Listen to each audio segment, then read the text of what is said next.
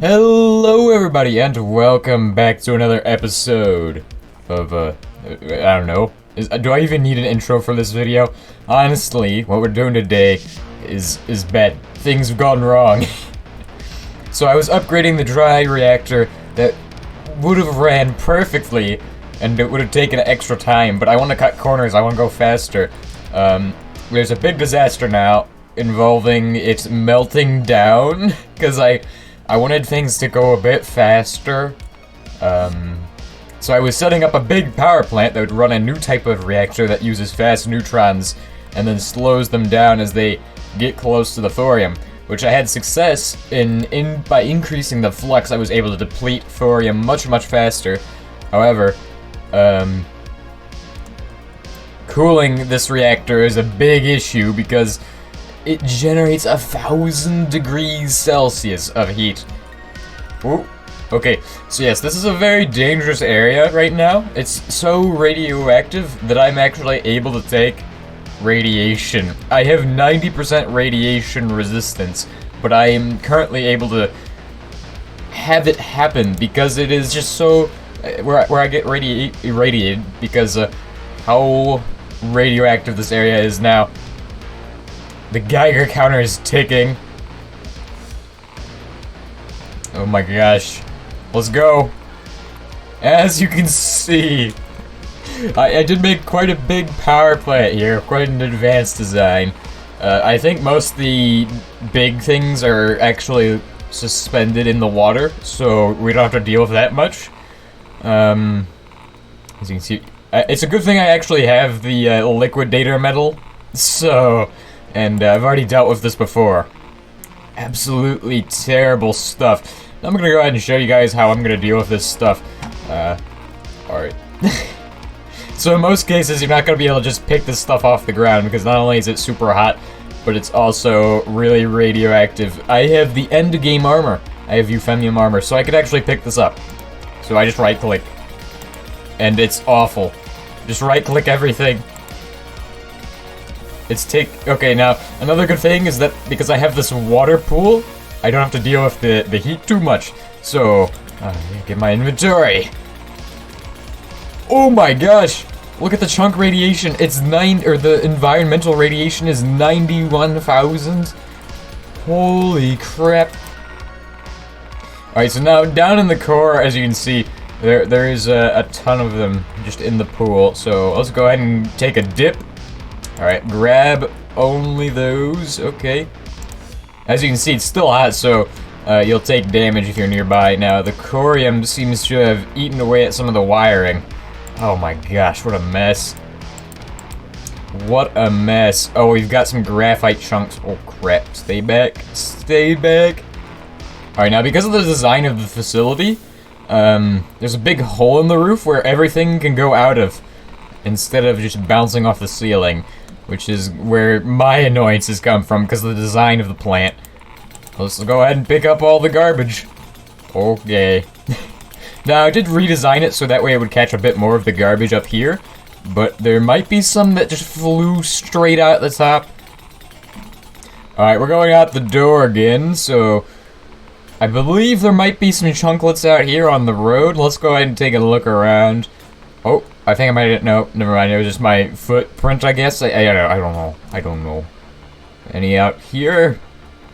Now, I do have a bit of a border around this place. Oh, I think I might have seen something. No, it might have just been a plant. Oh, that's something. Look at this. There's a graphite chunk that just got shot out the top of the reactor over here. Holy crap. You know, there's probably more stuff if we just keep going out this way. There's probably, like, a whole fuel rod just lying around here. Just out in the middle of nowhere. Oh, look. That's just mushrooms? Okay. Alright, I think we got everything. From outside the plant. Well, except for on the roof. We need to go on the roof. So on the roof, we got some fuel rod chunks. Oh, I see another one. Never mind. Okay. I think I got everything now. That is good. So next step is gonna be the harder step. This is most dangerous in survival mode because you're gonna have to go near the corium. Corium, not fun. Not fun stuff. Very radioactive. Holy crap.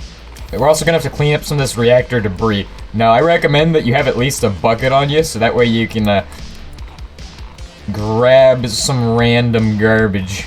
Well, if there's any corium left over in the core. Now, I did miss a piece here. That's a metal piece. Any other...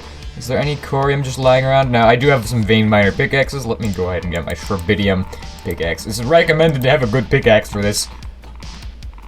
Alright, so I'm just gonna... dig through these pieces. As you can see, chunk radiation has lowered to acceptable levels. There's still a bit of leftover radiation, but I believe we've gotten all of the fuel rods and everything like that. So everything is all cleared out. Now over here is our fuel rods that we will need. I do believe I have the polonium fuel. I might not have that. Okay. We do have all the stuff to repair it already. And some additional things just so I could test out modifications, but the main issue with the reactor that I found is that whenever it gets like to a super good heat, the steam or the water just boils out into steam immediately. It is weird, but that's expected, I guess, as it is running at 1,000 degrees. It should basically instantly vaporize water, pretty much. That's just basic science, basic knowledge. We're still getting chunk radiation, but it's okay. Let me try. Let me see how much it is without any of my armor on. 5 is acceptable. Okay, I'm gonna put my chest plate back on so we can lose some of the radiation. There we go. It's all gone. Yes, good. So 5 radiation isn't that bad, in my opinion, but for some other people it might be bad. I don't know. I don't know how you guys like to play. I like to play with radiation all the time. Radiation is my best friend.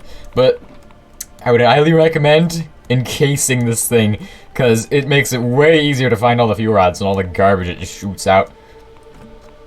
Another potential candidate for the radiation is actually these over here. These are my radiation generators, and they're using sherbidium cubes to produce water from pumps and infinite water sources. I think that's enough explanation of that. Now, in the setup that I was going to use 12 auxiliary cooling towers, but I've only got 10. And I've also got, 16, or actually 8 is a reasonable number for each one. For 12, for every 12 cooling towers, you can have, I believe it's probably around 16 of these. I don't know. Actually, no. For every 6, it'd be 16 of these. And then I have basically 32 of these placed down, all set up, which is a lot. And I've got backlog over here. So this is my backlog for extra steam, because I have trouble with them. They don't usually run through the steam. I also have backlog for low pressure steam over here. So yes, and it should still be producing energy. In some of these, yes, over here. As you can see, it is like flooded with steam, just running the steam. And now I haven't actually had the reactor going that much. Well, I have ran it a few times, and it's exploded twice now. Okay, it's time to get to the actual fun part. The part you guys want to see is how to build or repair your reactor after it's been damaged. Alright, so I do have neutron reflectors, but I believe the neutron reflectors could have potentially caused the explosion, as having neutrons being reflected is, potentially an issue. Now, we're just gonna go down. I'm gonna start off by setting up 1, 2, 3. Now, this is a fast neutron reactor, so it's gonna be using only fast neutrons to maintain the reaction in the outer sections of the reactor, where I'm gonna slow it down using graphite. And the reason I consider this a fast neutron reactor, even though it technically would just be a mixture of 2 different types of reactors, is because primarily what I'm using is the fast neutrons to fuel the reaction. And if you don't understand what I'm saying, basically, these are all going to be fast, that split into fast neutrons. So they split with fast neutrons, and they split into fast neutrons, if that makes any sense. I'm bad at explaining things, but science, okay? Trust me, it makes sense to me, kind of. Okay, so these are our outer fuel rods. These will be depleting the thorium to produce the bismuth. Now, the actual thorium depletion rate is really slow, naturally. But, if we use this setup, we split everything with a high intensity reaction. We reduce the amount of xenon we get in the reaction due to science. I've learned. Yes, I've done research. Trust me, I've learned. So,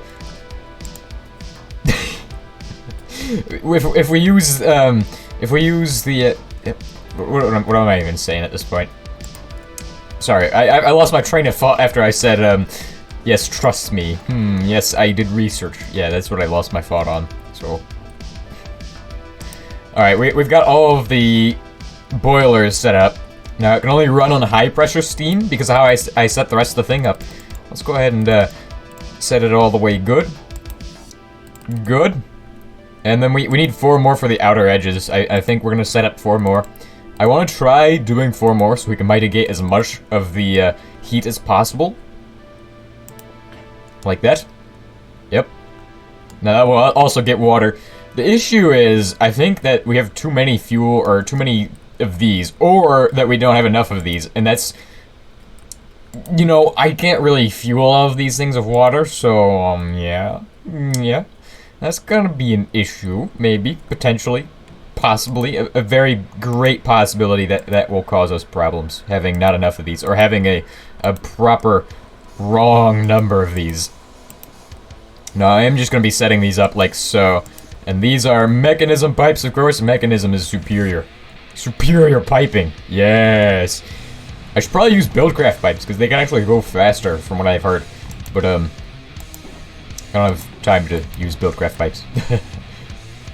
I need more pipes! Need more pipes for the reactor? Yes, yes, okay. No, none in there? What about here? Nope. Nope. Nope. Nope. Over here? Oh, come on. Okay, where are the pipes? Do we have more of those available, or did they all get melted down previously? Alright, okay, maybe they're just in here. Pipes? Pipes? Come on. Pipes? Where's the pipes? And another problem that's been plaguing the landscape is when I accidentally released a balefire on everything. Oh, it made it into this forest! Oh my gosh! Oh no! I'm destroying the planet. Slow. Look at all of the fire. I'm burning down so many trees. I didn't even mean to do this. Okay, let's look at the map real quick. So yeah, basically when I built the power plant, I decided to burn down all of the nearby trees, which the fire got out of hand, I guess, and now I can't really do anything about it because it's balefire. I can't really put out a balefire. Why? Stop it. Okay. So yes, there's a balefire, forest fire. That sucks. I feel bad for the forest, but, you know, we can find another one. There's literally another one nearby. The only forest we're not going to find another one is over here, but this one isn't too bad, and if anything's going to survive, it's going to be this one, because there is a river between it, and it doesn't seem to be taking as much damage as the actual redwood forest. But still, we need to keep an eye on that ecological catastrophe. Just ecological damage left and right here. Oh, I haven't even shown you guys the half of it. I have done some great things to the environment. Oh, yes. More steel. I need more steel. Yes, good. Okay, is there more steel in here? Nope, just graphite. Hey. Okay, I need more steel. Let's go run down the super speed. Let's go. Oh, yes, good. Okay, over in this building. Over here. Yep. Buckets. I need buckets. Give me the buckets. Oh, give me some iron. Good. If you guys don't know what that is, that's my iron farm over there, by the way. I'm just doing this real quick. Okay, bucket. We're making some steel pipes. We just need, like, a few of these. Okay, good. Super turbo speed. Activate. Go. Yes. See, the thing is that, there's a difference between this reactor plant and the one back at our base. The one back at our base is garbage, and this one's actually pretty good. At least as far as production of energy goes. As far as stability goes, I would say that the reactor back at the base is much, much safer. This one is, you know, it's safe if I just sit here and just watch it, but I don't sit here all day watching the reactor go. I usually let it go, and then it just does what it does. You see, that's the problem, because I don't have this one, I don't have it stabilized, so it's just, having issues. Okay. We got water in that one. We got water in that one. Now, we just have to make sure, one last thing before I go to run this thing to show you guys how to set up your reaction, is making sure that the entire thing is set up with some good heat. We're gonna start this reaction. So I usually use a polonium neutron source when I start my reaction, or in certain nuclear reactors you can just use a polonium neutron source. Now, where is my polonium neutron source? Where is he at? Ah, polonium. Okay, so this is like a flint and steel of reactions. Now, we will need to make sure that we get all of the other stuff in here first. So, the reason we have all the thorium rods is because we're going to be depleting those. Now, they don't deplete nearly as fast as the neptunium rods, but the neptunium rods don't really yield anything anyway, and they're really just there to burn these things out. It's like a fire. You just gotta, they're like the kindling. Is that the right thing? Oh, that's a polonium. Nope, nope. These are supposed to be thorium, because there's a graphite moderator here. The moderator, he says that everything should go slow. So basically, all neutrons and flux will become slower, and reactor will go better. Depletion will happen. Much good. Yeah. Okay, I hope you guys understand that, because I certainly did. Okay. Time to go ahead and grab, oh yeah, I forgot I placed one of them there. I like that. I like the different varieties of bricks. Especially those bricks. Yes, concrete bricks are fantastic. Okay. 1, 2... So this thing can hold a total of like 8 of these, I think. It's ready to run. Oh, we just need one more. Okay. And then we need our switch rod, which I call it the switch rod, but basically this one's a high enriched neptunium, whereas the other ones are medium enriched neptunium. The difference is that if I used all high enriched, the temperature gets way higher, as it is a pure concentration of neptunium. Okay, ready? We're gonna launch it. So polonium, it goes in. Temperature is gonna heat past what polonium naturally gets to, and then, as you can see, it's hitting a core temperature of around 1,000 on that. So now the steam should be pumping out in any second now. Once it hits a good temperature of like, I don't know, who knows? Anyway, as you can see, there's a blue glow of the reaction just happening in there. I'm gonna go ahead and check and see what the heat on these things are. We got heat 600 degrees, and these are all now steaming. They're steaming up. Alright, now the water level's going down. If the water level drops and does not return up, that means the reactor's about to melt down, and you have like 2 seconds to pull out the this rod, which this rod controls the reaction. If this one is pulled out, then all of these other rods will just stop working, because there will no longer be anything for them to react with, and they won't have as much flux going.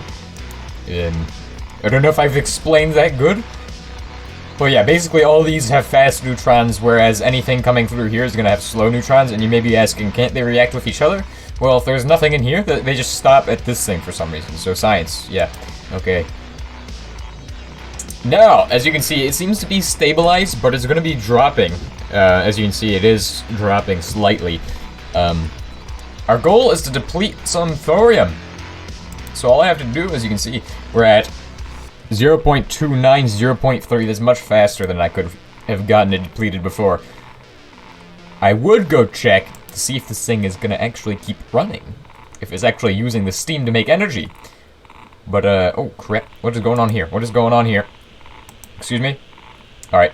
Now, another thing to know about this reactor is, it actually does not produce xenon, as the reaction is very, very intense. So, the more intense the reaction, the less xenon produced. Alright, so I'm gonna go ahead and check on the actual water.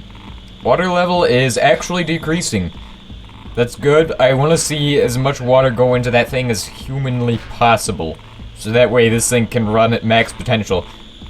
Now, I'm gonna go ahead and see if the water level is dropping in that one. Water level is dropping in that one. Water level is maintaining in the outer edges. These ones are... Okay, this one is at a temperature of 700 degrees. I have had it run as high as 1,300 before, but with the cooling, I feel like we have enough cooling now that it's actually able to handle this. However, we're going to stop the reaction temporarily, but if we put this thing back in, we won't need to use the polonium rod again, basically. Okay. Alright, so out here at the plant, as you can see, we have all of these steam generators. They're probably all running. Or not. Only this one is running. Okay. Well, maybe these ones are running? Yeah, they are doing something. How is our steam buildup in the actual tank? So yes, if I left it for longer, it would potentially get more steam, which would be good if it got more steam. Because then it could, you know, run better and, you know, generate more power. Now, I haven't actually checked the inside of this place, because this is where all the power generators are at. So I'm gonna go ahead and set up a bit of a door here and make it like an entrance to this place. So this is like the underside, the part you don't see. As you can see, it's generating a ton of energy. We got 21 million RF, 24 million RF. Now, another thing to know about this reactor, which is very interesting, and I didn't realize it at first, but apparently it doesn't produce as much radiation because of the water I poured on it. Or that had something to do with it, because before it would produce a ton of radiation, now it doesn't produce any. Anyway, even if it did produce radiation, I do have these outside radiation absorbers, or generators, and they will be producing power for us. So that is cool. That is very cool. Okay, so I guess we're gonna go ahead and run the reactor again. I'm interested to see how this goes. I bet you are too, as well. Let's go ahead and see what happens if we just throw that in there and just let it do its thing. So, hopefully it doesn't melt down, but I'll tell you guys if it does. Okay, I just now realized that this thing is getting 128 flux, which is, I don't know if that's more than it should get. These ones are getting 45 flux fast. This one's getting 128 flux fast. Basically, flux is the neutrons coming out of these, basically, and all the neutron reactions happening here. And as that happens, as that goes up, then these will be more reacting. Over here we have the thorium fuel rods. They are currently at a flux of 32. Now, the reason I'm only considering the slow flux is because that is the only thing that will affect them. That's the only reason they are actually running right now, as well, is because I have graphite moderators, which will stop down the, or slow down the, you know, reactions with the good old thorium rods, which is the goal. The goal is to turn these into garbage, and then turn the garbage into wonderful, wonderful nuclear waste, and turn that into bismuth. Water. Oh. Okay, it's at 900 degrees. All the water is gone. It seems like we might have ran out of water in our storage valve tank over here. I am pumping in more water constantly. So, over here, this way. Ah, crap. Super annoying trying to get around without all of these on. Let me go fast. Yes, good. Good. So basically, I think the tank might be out of fluid. Can I grab a look at the tank? Please? Oh. Why is it out of steam? Why? Now, if you're wondering how much I managed to get the depletion to, I believe that was about 2 or 3 minutes, and I've gotten it to 0.309. Now, as you can see, the xenon level is going back up, as these are still technically reacting, and they are still producing heat. So this thing is still producing steam. Kind of, to an extent, it's kind of producing steam. Not much steam, but yeah.